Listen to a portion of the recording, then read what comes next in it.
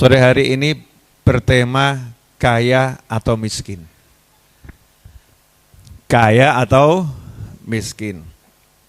Saya mau nanya, pilih jadi orang kaya atau orang miskin? Ini pertanyaan klasik dan jawabannya selalu sama. Jadi orang kaya. Banyak orang yang gak paham. Ya, banyak orang yang gak paham. Kaya atau miskin itu hanyalah kendaraan. Ya, kaya atau miskin itu hanyalah kendaraan. Kekayaan dan kemiskinan adalah dua kendaraan untuk menuju surganya Allah Subhanahu wa ta'ala. Jadi ada kendaraan namanya kekayaan, ada kendaraan namanya kemiskinan. Ini dua kendaraan yang Allah berikan kepada hambanya untuk menuju surganya. Kalau yang naik kendaraan ini tidak ngikuti aturan, dengan kekayaannya dia tidak sesuai aturan, dengan kemiskinannya dia tidak sesuai aturan, maka akan terjadi kecelakaan. Ya, akan terjadi kecelakaan. Naik mobil atau naik motor? Jawabannya ada pilih naik mobil, ya. Tapi ada juga yang pilih naik motor. Mobil atau motor hanyalah kendaraan untuk sebagai sarana ketujuan. Kalau aturannya tidak diikuti, maka nanti bisa terjadi kecelakaan. Akhirnya enggak sampai pada tujuan. Sampai di sini jelas? Insya Allah kita akan ngobrol 20 menit. Ya, insya Allah. Jadi kaya alias kekayaan, miskin alias kemiskinan adalah dua kendaraan yang Allah berikan untuk menuju surganya Allah Subhanahu wa ta'ala. Kalau seseorang naik kendaraan tadi sesuai aturannya Allah, maka insya Allah dia sampai surga. Kalau tidak sesuai aturannya Allah, baik dia naik kendaraan namanya kekayaan, maupun dia naik kendaraan namanya kemiskinan, dia akan mengalami kecelakaan, nggak nyampe surga, mulai dari di dunia hidupnya nggak enak, dikubur hidupnya sengsara, di mahsyar hidupnya terlantar, surga nyasar ke neraka. Naudzubillah min dzalik, Allahumma ajirna minan nar. Kalau begitu, berarti kaya sama miskin ini beda atau sama? Kaya atau miskin beda atau sama? Nah, sampai di sini pada bingung lagi. Saya ulangi boleh? Kaya alias kekayaan, miskin alias kemiskinan adalah dua kendaraan yang Allah berikan kepada hambanya untuk menyampaikannya kepada surga. Tentunya biar sampai naik kendaraannya sesuai aturan. Kalau tidak sesuai aturan, dikhawatirkan gak nyampe ke surga, justru mengalami kecelakaan. Kecelakaannya diawali hidup di dunianya gak enak, di kuburnya sengsara, di mahsyar terlantar, perjalanan ke surga nyasar, masuknya neraka. Naudzubillah min dzalik. Kalau begitu, kaya sama miskin ini beda atau sama? Sama. Sama-sama kendaraan. Pertanyaan saya, bisa milih atau tidak? Ayo, bisa milih enggak? Enggak bisa. Iya, jadi kaya tidak wajib, betul. Jadi kaya itu enggak wajib, jadi miskin juga bukan dosa. Begitu kata petani di sebuah tayangan konten yang beredar di dunia maya. Artinya orang kaya sama orang miskin dalam pandangannya Allah adalah sama. Orang kaya nggak lebih mulia dari orang miskin nggak lebih mulia dari orang kaya nggak lebih hina dari orang miskin nggak lebih hina dari orang kaya. Dalam pandangan Allah, orang kaya dan orang miskin adalah sama. Yang membedakan adalah perbuatannya. Ya, perbuatannya. Dengan kekayaan itu perbuatannya apa? Dengan kemiskinan itu perbuatannya apa? Orang yang sama Allah dikasih kendaraan namanya kekayaan, gak bisa milih. Oh, usaha bisa. Biidznillah, usaha. Pengen jadi orang kaya. Ada orang yang usaha pengen jadi orang miskin. Gak miskin-miskin. Oh, nasibnya bejo terus. Udah dia jual semua barangnya, dia sedekahkan, dia hadiahkan, dia nyepi di pinggir hutan. Ya, tiba-tiba kok gali mau nandur di situ, nemu harta karun, harta karunnya enggak digubris, ya tiba-tiba datang orang nyamperin, ya orangnya datang ngasih hadiah, enggak iso. Mau bersembunyi dari pemberian Allah itu enggak bisa. Yang kaya enggak bisa memiskinkan dirinya, yang miskin enggak bisa mengayakan dirinya. Ar-Razzaq huwallah, yang bisa memberikan rezeki hanya Allah, huwal mughni, yang bisa mengayakan hanyalah Allah. Jadi kaya dan miskin bukan pilihan, itu adalah anugerah. Ya, adalah anugerah. Ada yang dianugerahi kekayaan, ada yang dianugerahi kemiskinan. Pertanyaan saya, kalau dianugerahi kemiskinan senang atau susah? Loh, itu anugerah loh. Dianugerahi kemiskinan, senang atau susah? Umumnya manusia susah. Karena nggak ngerti ilmunya, ya nggak ngerti ilmunya. Dianugerahi kekayaan, senang atau susah? Senang. Umumnya manusia senang. Yang tahu ilmunya dianugerahi kemiskinan bersyukur, dianugerahi kekayaan dia bersyukur, tapi waspadanya luar biasa. Kenapa? Karena banyak orang kaya itu nggak nyampe pada tujuan, mengalami kecelakaan. Sombong dengan kekayaannya, ya lupa haknya orang-orang yang nggak punya dalam hartanya, lupa kewajibannya dengan apa yang dimilikinya. Banyak ini yang menyebabkan orang kaya susah di akhirat nanti kalau enggak punya ilmunya. Sementara orang miskin, Masya Allah, dapat banyak doa dari Nabi Muhammad SAW. Allahumma ahyini miskinan, wa amitni miskinan, wahsyurni fi zumratil masakin. Ya Allah, hidupkan aku dalam keadaan miskin, wafatkan aku dalam keadaan miskin, kumpulkan aku dalam kelompok orang miskin. Jadi kalau jenengan dikasih anugerah kemiskinan, punya kesempatan untuk didatangi oleh Nabi Muhammad SAW.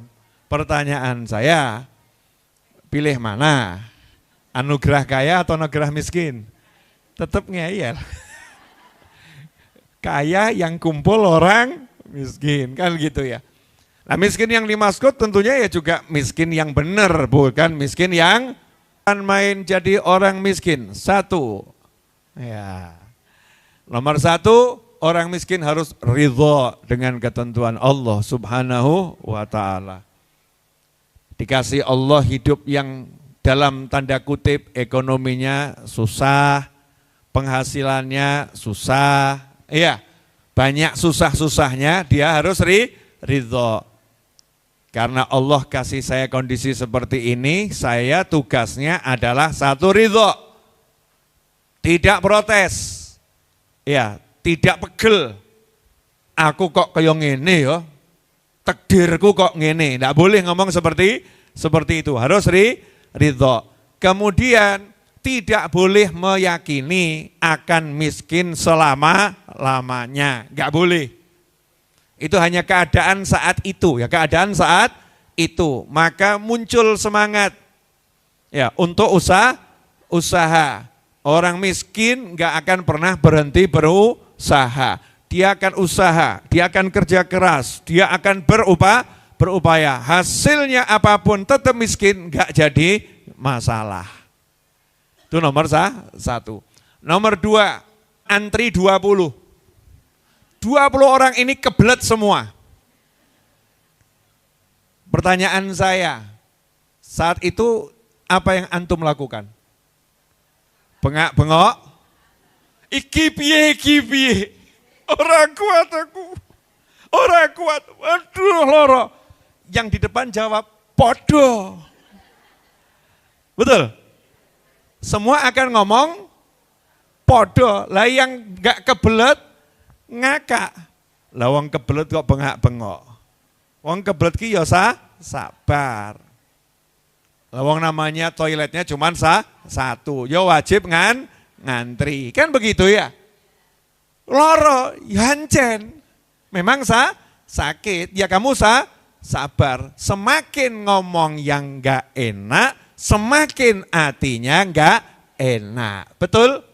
Kupingnya enggak enak, pendengarannya enggak enak, hatinya enggak enak, yang di sebelahnya juga jadi enggak enak. Jawabannya podo.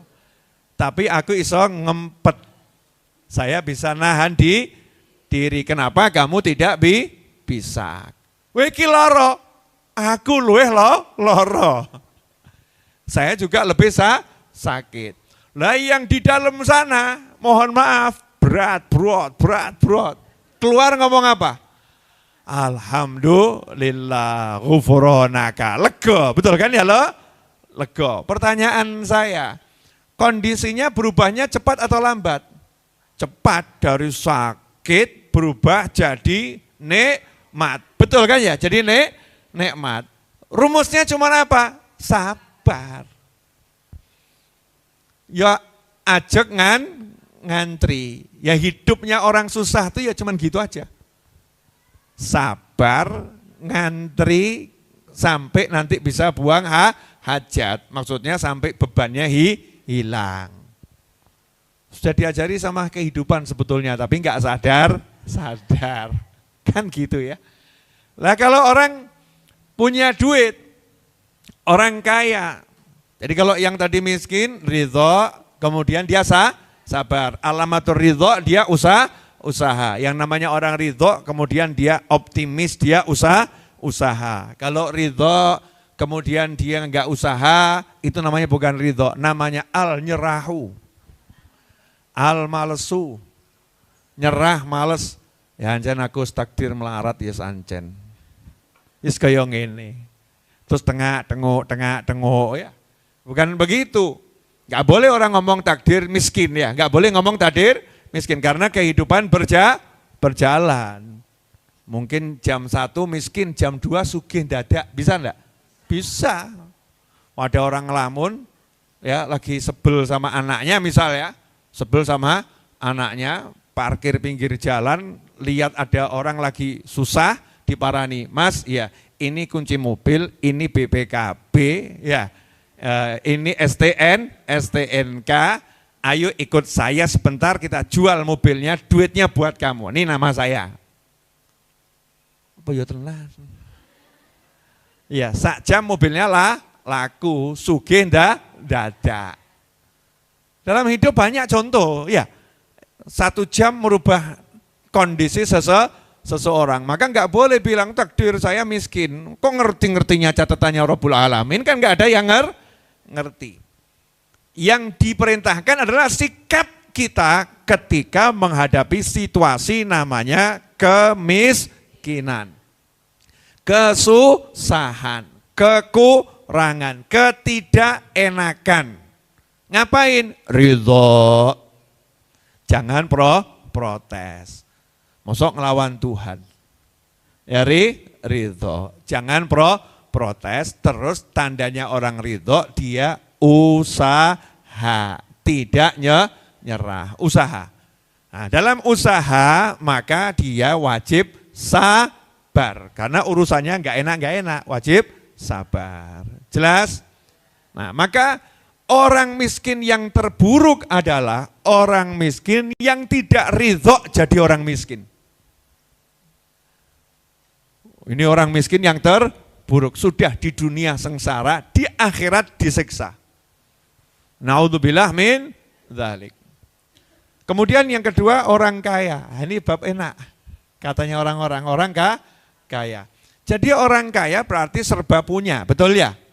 Gerah Allah Ta'ala semata. Aku ora iso opo la haula wala quwata illa billah. Enak atau enggak enak? Enak. Syaratnya itu. Pertanyaan saya, orang kaya model begini ini banyak atau sedikit? Ini yang syarat pertama ini banyak yang terpenuhi atau gagal? Jangankan kok orang punya duit banyak, yang punya duit sedikit aja merasa isoku iki. Ya, enggak boleh sombong, merasa bisa, enggak boleh. Yang kedua, tidak boleh merendahkan orang lain. Ancen kowe males ya melarat. Lagi lo sugih mergo sregep. Nah, ini lupa kan? Ada kesombongan di hatinya. Padahal itu yang kasih adalah Allah Subhanahu wa Ta'ala. Kemudian yang kedua, wajib bersyukur. Karena memang dalam kondisi nikmat. Ya, wajib bersyukur. Syukurnya orang kaya itu ngapain? Nah, ini ada orang kaya, sholat 5 waktu itu kan wajib, buat kaya miskin ya wajib 5 waktu. Puasa Ramadan, kaya miskin ya wajib puasa Ramadan. Tapi kalau zakat kewajibannya orang kaya, maka ibadah orang kaya nomor 1 zakat ditunaikan. Nomor 2 sedekahnya harus lebih banyak dari orang miskin. Lawang sugih kok sedekah setahun pisan. Sedekah nunggu Ramadan. Wong sugih kok sedekah ngenteni Jumat. Wong sugih sedekah kok ngenteni Jumat. Nah kalau orang miskin sedekah nunggu Jumat memper nyeleng isi, gitu ya. Nunggu hari Jumat. Wong sugih sedekah kok ngenteni dino Jumat. Delalah malaikat tekone dino Senin. Kadung mati. Dicabut Israel alaihi salam. Ini saya pengen nih merubah ini pola pikir orang-orang sedekah nunggu hari Jumat. Sedekah itu tiap hari dan usahakan di pagi hari. Kenapa? Ada doa malaikat, pas butuhnya orang tuh ya pagi hari, pusing-pusingnya orang tuh pagi hari. Lah dulurmu butuh duit, mbok jawab engko ya Jumat. Naudzubillah min dzalik. Jumat kan hari mulia, sedekah yang terbaik itu bukan sedekah di hari mulia. Sedekah yang terbaik adalah sedekah di saat kamu butuh, kamu takut miskin, kamu pengen kaya, kamu sedekahkan. Kondisi itu bukan hari. Hari Jumat itu hari untuk sholat Jumat, sholawat. Ya banyak berbuat baik, betul. Tapi sedekah enggak nunggu hari Jumat. Menunda-nunda sedekah adalah tanda kita kekurangan ilmu tentang sedekah. Sedekah itu enggak boleh ditunda-tunda.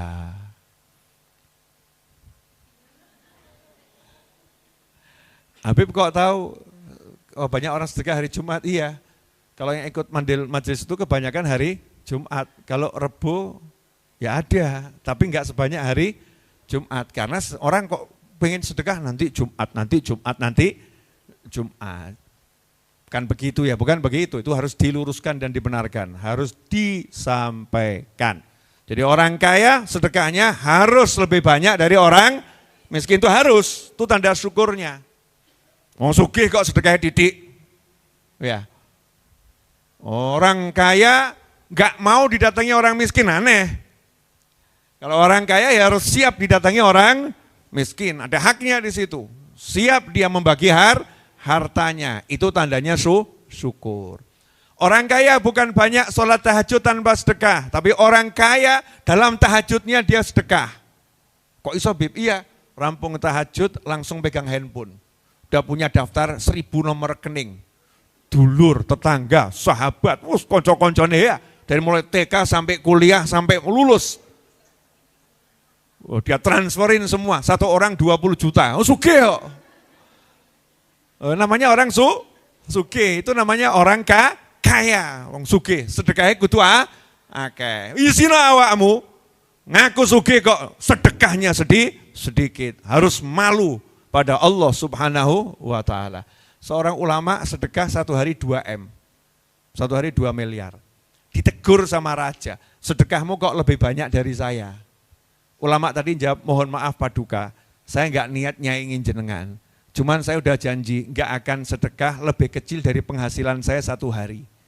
Penghasilan saya satu hari itu 2 M, jadi minimal sedekah saya 2 M. Nah itu sugih tenan. Ya sugih tenan, syukur. Jadi syukurnya orang kaya banyak bagi, banyak sedekah.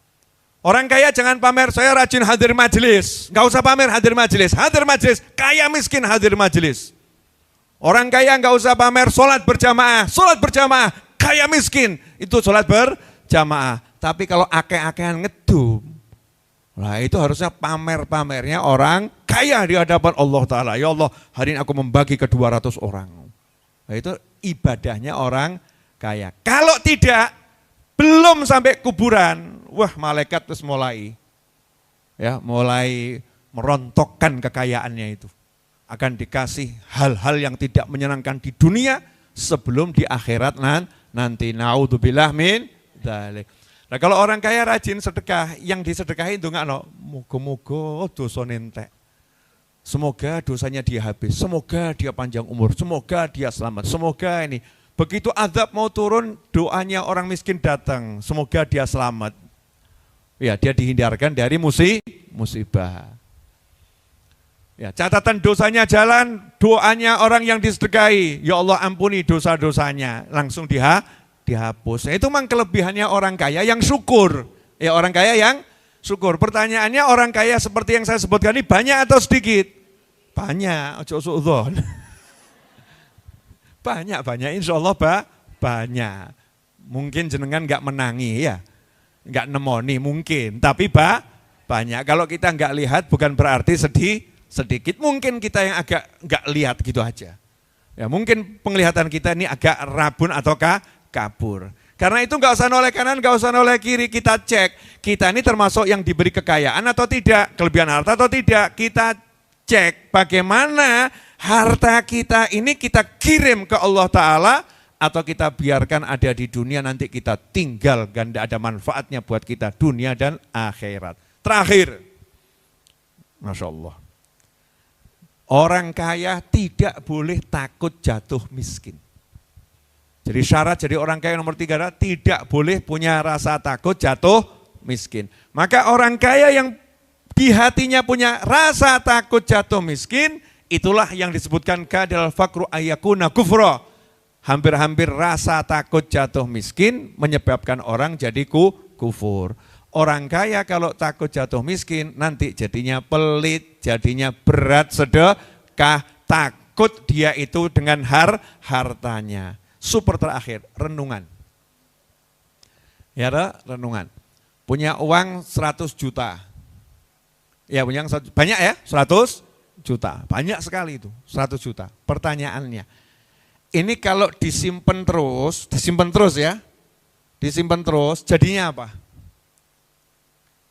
Mesti kalimatnya, kan buat nanti masa depan, buat nanti hari tua, buat nanti, sampai sudah tua jawabannya, buat nanti hari tua. Sudah tua, buat nanti hari tua. Kan seharusnya 100 juta ini buat senang-senang dia yang punya. Biar selamat di dunia, selamat di akhirat.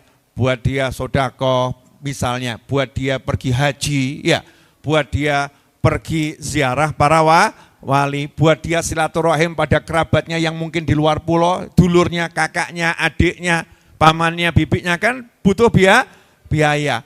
Keluarkan untuk itu, hatinya seneng halal, daripada disimpan, enggak diapa-apain, nanti juga akan habis oleh waktu atau habis oleh ajal. Ya, habis oleh ajal. Demikian, semoga bermanfaat. Jangan lihat saya semangat atau enggak semangat nih? Semangat, saya kok bahas bab melarat sugih semangat saya. Ya, pokoknya kita kalau jadi insya Allah jadi orang kaya semua ya. Ya orang kaya semua dan tidak takut miskin dan ibadahnya seneng dum.